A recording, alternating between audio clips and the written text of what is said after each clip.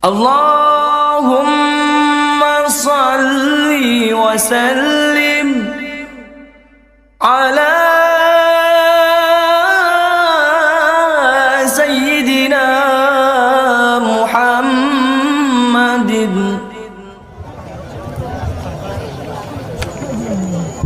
Bismillahirrahmanirrahim. Assalamualaikum warahmatullahi wabarakatuh.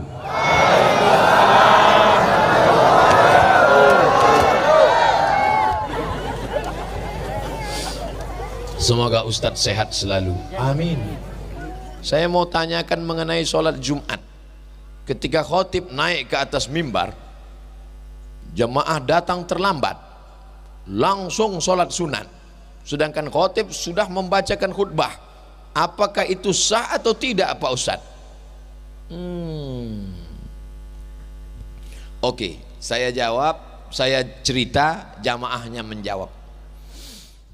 Dengar baik-baik, saya paham orang yang belum sarapan memang susah nangkap. Suatu ketika Nabi sedang khutbah.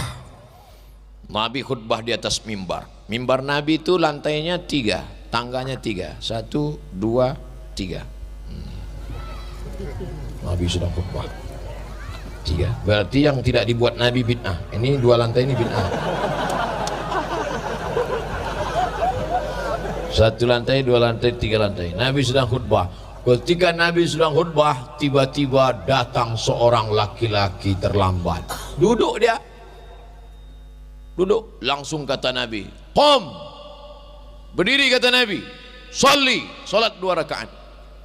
Nabi suruh dia berdiri salat 2 rakaat. Saya ulang lagi ceritanya. Nabi sedang khutbah, datang seorang laki-laki terlambat. Dia duduk, Nabi suruh berdiri sholat 2 rakaat, habis itu dia dengarkan khutbah. Selesai cerita. Sekarang saya jawab, sahkah sholat Jumat laki-laki itu? Saya ulang sekali lagi. Yang susah-susah nangkap, goyangkan kepala ke kanan ke kiri, ke kanan ke kiri 3 kali. 1. Oke. Nabi sedang khutbah. Tiba-tiba datang seorang laki-laki masuk ke dalam masjid. Setelah itu Nabi suruh qum, berdiri, sholli rakaataini, salat sunat 2 rakaat. Setelah itu Nabi melanjutkan khutbahnya. Sahkah salat laki-laki itu? Sah. Seandainya enggak sah pasti kata Nabi, terlambat, pergi kau pulang, enggak usah kau salat lagi. Itu menunjukkan salat orang yang terlambat itu sah. Tapi jangan gara-gara ini terlambat terus. Saya enggak mau besok Jumat terlambat. Istrinya nanya, Mas, Bang, itu udah azan sholat Jumat, kamu gak berangkat? Suatu ketika masuk seorang laki-laki. Nabi sedang khutbah, dan ketika dia mau duduk Nabi suruh qum. Itu menunjukkan orang yang terlambat sholatnya tetap sah. Jangan salah gunakan dalil yang saya sampaikan. Kita naik ke atas tangga bid'ah. Ada 5 waktu. Siapa yang datang waktu pertama seperti berkurban seekor onta, datang waktu kedua hari Jumat seperti berkurban seekor sapi, datang waktu ketiga seperti berkurban seekor kambing, datang waktu ketiga seperti berkurban seekor ayam, datang waktu kelima seperti berkurban sebutir telur ayam. Setelah khotib naik mimbar, tutup buku. Sekarang banyak orang hari Jumat jangankan telur ayam, telur puyuh pun tak dapat. Khotib sudah naik, baru dia datang. Jangan terlambat. Tapi kalau karena satu dan lain hal terlambat, sholat Jumatnya tetap sah. Jangan langsung duduk. Terlambat, jangan langsung duduk. Sholat sunat 2 rakaat dulu. 2 rakaatnya itu niatnya apa? Qobliyah Jumat. Kalau sholat qobliyah Jumat otomatis dapat tahiyatul masjid. Tapi kalau tahiyatul masjid nggak dapat qobliyah Jumat, maka langsung qobliyah Jumat. Jangan di depan khotib. Ini udah terlambat di depan khotib. Allah. Ayatnya Yasin. Pakai baju kaos, tertulis di belakang. Emang masalah buat lo? Ini nantang namanya. Udah terlambat, kau carilah pojok-pojok. Ini harus dijawab serius karena diketik, di print dari rumah. Untung nggak dibingkai. Nama saya sensor, nggak boleh sebut. Menjaga kode etik. Dari Kelurahan Mendawai, Sukamara.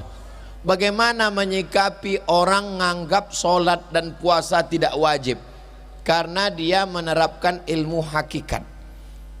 Kalau dia hidup di zaman Abu Bakar, Umar, Utsman, Ali, ini kepalanya udah lepas dari badan. Nasib baik kau sekarang hidup di zaman Pak Bupati Sukamara. Kalau dulu kau hidup di zaman Abu Bakar, Umar, Utsman, karena sudah menganggap sampai ke hakikat lalu meninggalkan syariat. Apakah pernah Nabi Muhammad meninggalkan sholat agak sekali saja? Nabi sakit keras 5 hari menjelang meninggal.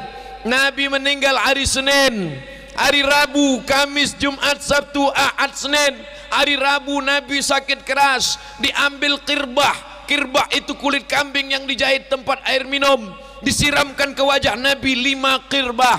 Nabi tersadar dari pingsannya. Apa yang dibisikkan Nabi?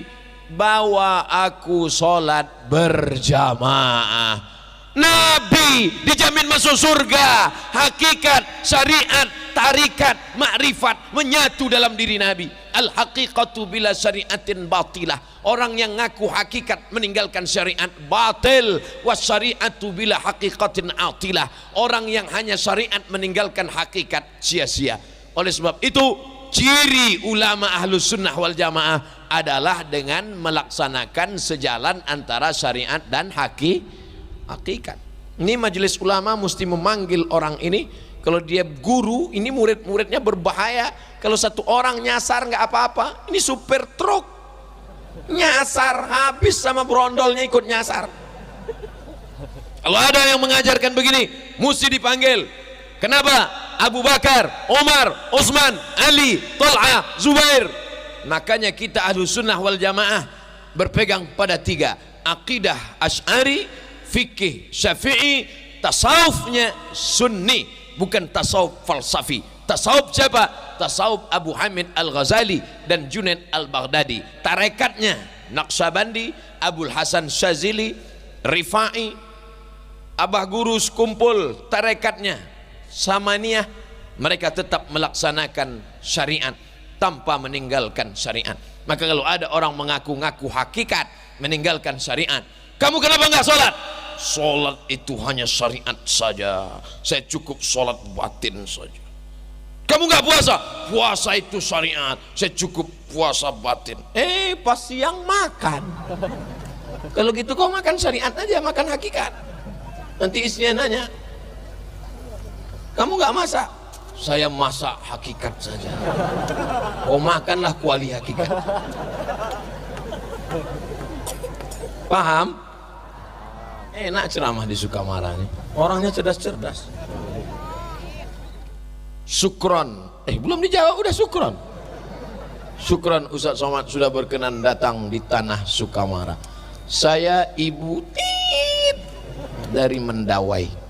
Bagaimana hukum perempuan yang sudah pakai kerudung tapi pakaiannya masih celana panjang, rok potongan, kerudung masih terlihat dadanya, sudah termasuk syariatnya apa belum? Belum. Kerudung perempuan itu menutup dari kepala sampai ke ujung kaki. Kalau nggak bisa sampai ke ujung kaki, sampai ke pinggang. Nanti di bawah sambung lagi pakai kain panjang. Syaratnya mesti longgar, jangan sempit sampai menjerit paha minta tolong. Tolong, tolong. Dia yang berjalan, kita yang takut. Takut pecah. Gimana nggak pecah? Celana untuk umur anak 8 tahun dipakai emaknya 58 tahun. Sampai sebesar batang kelapa. Itulah disampulkan. Dokter sudah melarang jangan pakai celana sempit, celana legging karena darah tidak mengalir. Tapi prinsip orang kita biar sakit asal gaya. Akhirnya mati gaya. Oleh sebab itu jangan lagi pakai celana sempit, jilbab panjang. Ini ada jilbab namanya jilbab sakratul maut. Dililitkan ke leher. Sampai melihat ke bawah pula bisa. Nah lagi, jilbab itu harus menutup dada, ketutup dadanya, sampai ke bawah. Yang kira-kira kalau diturunkan tangannya tenggelam ke dalam. Tangannya boleh kelihatan, nggak apa-apa. Yang udah pakai cadar, bagus. Jangan ejek orang pakai cadar. Istri Nabi pakai cadar, sahabat Nabi pakai cadar. Yang pakai jilbab, bagus. Yang pakai cadar, bagus. Jangan kelahi. Kalau yang pakai jilbab sama cadar kelahi, nanti ketawa yang nggak pakai kain. Mudah-mudahan ibu-ibu yang selama ini pakai celana sempit berubah pakai rok panjang. Kecuali polwan. Polwan nggak apa-apa pakai celana. Gimana dia mau ngejar maling pakai rok? Itu kan karena tugas. Kita harus logik juga. Satpol PP perempuan mau razia kaki lima, pedagang-pedagang lari satu orang, dia pakai rok sementara ya gitu. Jangan dibayangkan, nanti ketawa sendiri. Pertanyaan, nama saya Jalan Pangeran Sukarma. Oh, ada lagi Sukarma. Bukan salah ketik. Kelurahan Padang, Kecamatan Sukamara, Kabupaten Sukamara. Assalamualaikum warahmatullahi wabarakatuh. Ustadz Haji Abdul Somad LCMA. Lengkap sekali. Apakah ASN, mau nyinggung saya nih, ASN. Apakah ASN yang menggadaikan SK di bank termasuk riba? Riba.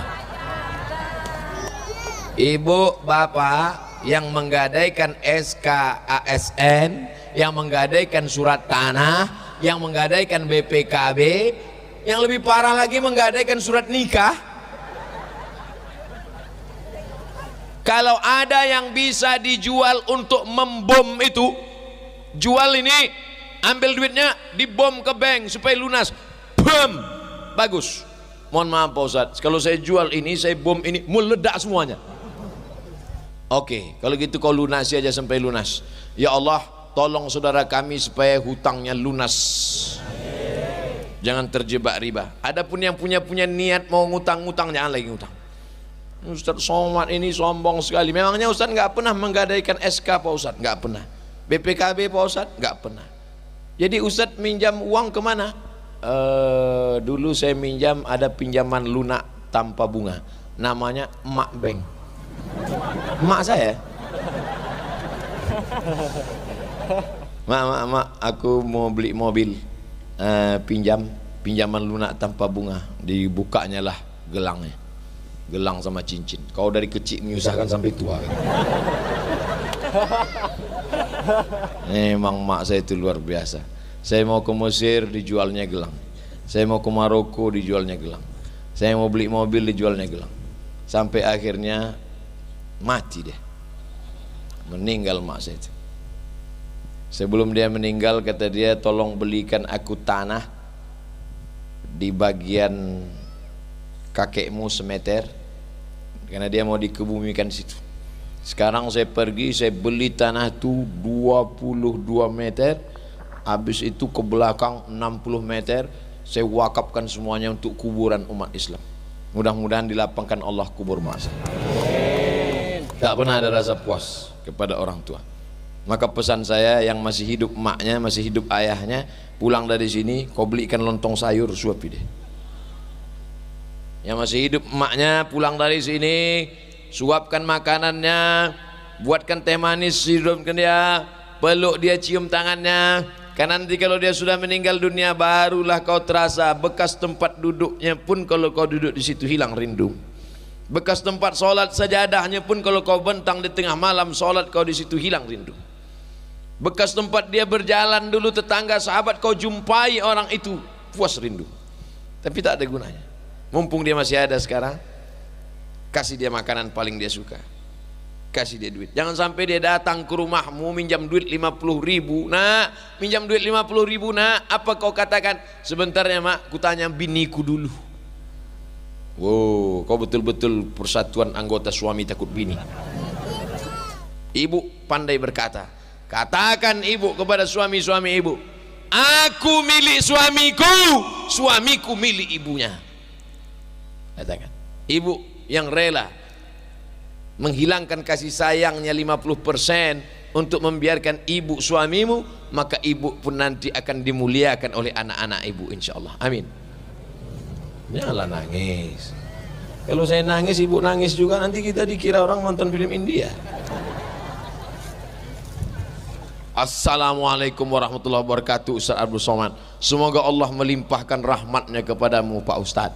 Lebih utama mana antara bayar pajak atau zakat mal? Bayar dua-duanya. Orang bijak taat pajak, yang nggak mau bayar pajak dipijak-pijak.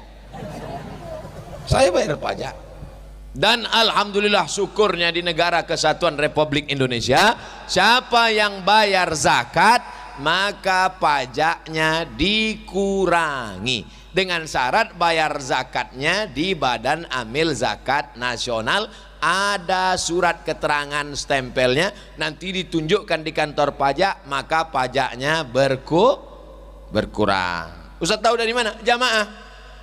Assalamualaikum Ustaz Somad. Waalaikumsalam.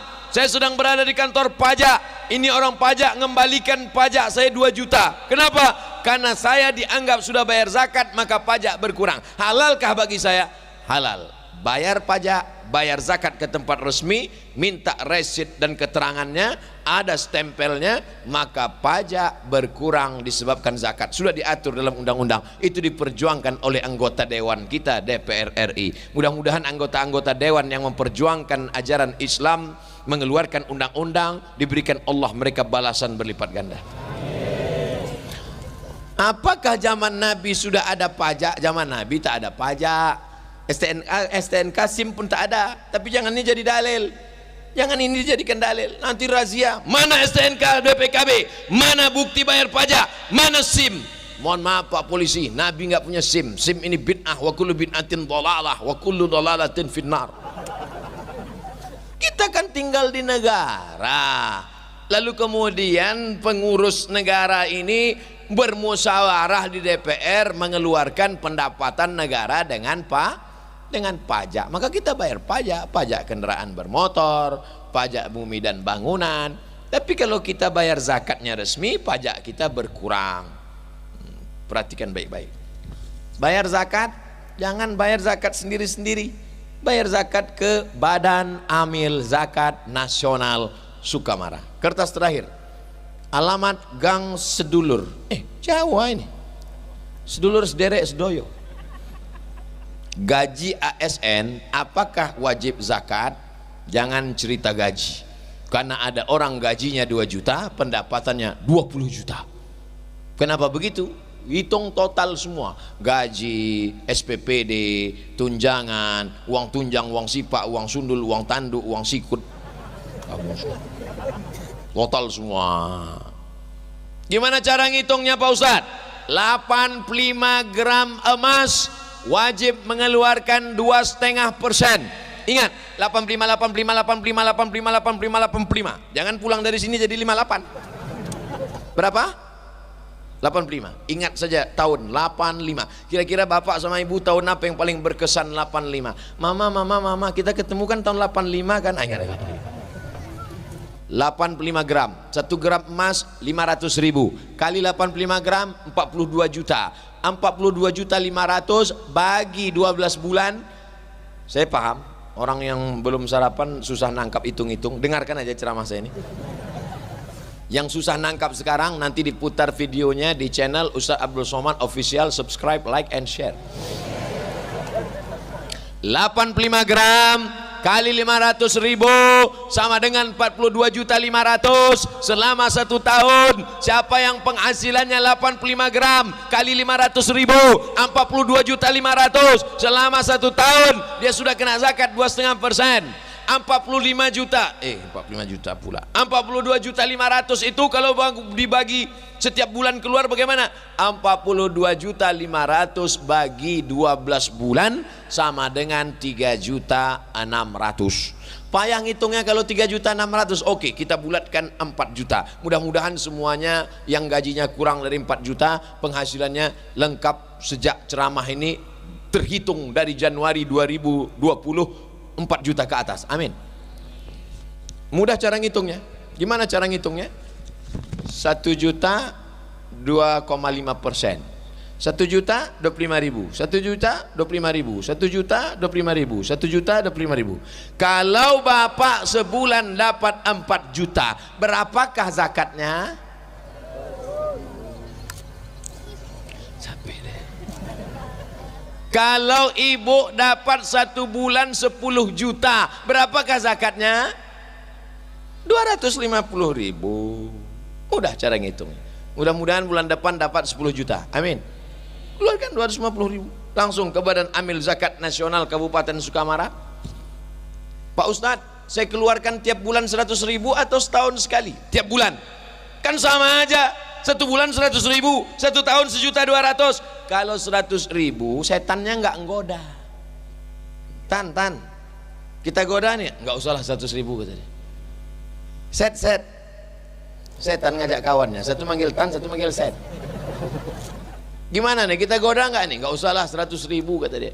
Kalau ini kan, oh ini 1.200.000. Oleh sebab itu maka setiap keluarkan. Ustaz Somad keluarkan zakat, saya keluarkan zakat setahun sekali setiap menjelang bulan Ramadan, biar mudah ngingatnya. Setiap mau Ramadan baru saya bagi. Berapa besar jumlah wajibnya Pak Ustaz? 2,5%. Bila masih ada tanggungan utang, apa tetap wajib zakat? Tetap. Tapi katanya kalau utang nggak wajib zakat. Kata siapa? Yang tidak bayar zakat karena utang itu adalah zakat perdagangan. Zakat dagang perniagaan, cara ngitungnya 3 kurang 5. Ingat rumus 3 kurang 5. Modal yang diputar tambah untung tambah piutang kurang hutang kurang rugi. Saya ulang sekali lagi, modal yang diputar tambah untung tambah piutang kurang hutang kurang rugi. Itu cara rumus menghitung zakat perniagaan. Dikurang hutang yang terkait dengan dagang bisnisnya, bukan hutang mobil, hutang rumah, hutang panci, hutang termos. Masuk di rumahnya itu tak ada yang cash, satu-satunya yang lunas bininya itulah. Lain hutang semua. Bunyi klakson mobil, kredit. Jangan banyak-banyak hutang. Hidup ini kalau dipeturutkan terus mau. Jangan banyak-banyak hutang. Orang kalau banyak hutang itu detak jantungnya tak normal. Coba pegang jantung sebelah kiri. Nah, kalau yang nggak banyak hutang normal dia. Tapi kalau banyak hutang, mudah-mudahan kita dilepaskan dari hutang. Keluarkan zakat, pendapatan, PNS, Pemda, BUMN, pegawai, guru, keluarkan setiap bulan 2,5%, salurkan langsung ke Badan Amil Zakat Nasional Kabupaten Sukamara. Hubungi nomor berikut ini, potong, masukkan Instagram, like and share. Terima kasih segala perhatian, mohon maaf segala kesilapan. 7.30 kita berdoa di akhir majlis. Ala hazihin niyah, al-Fatihah. Allahumma salli wa sallim ala sayyidina Muhammadin wa ala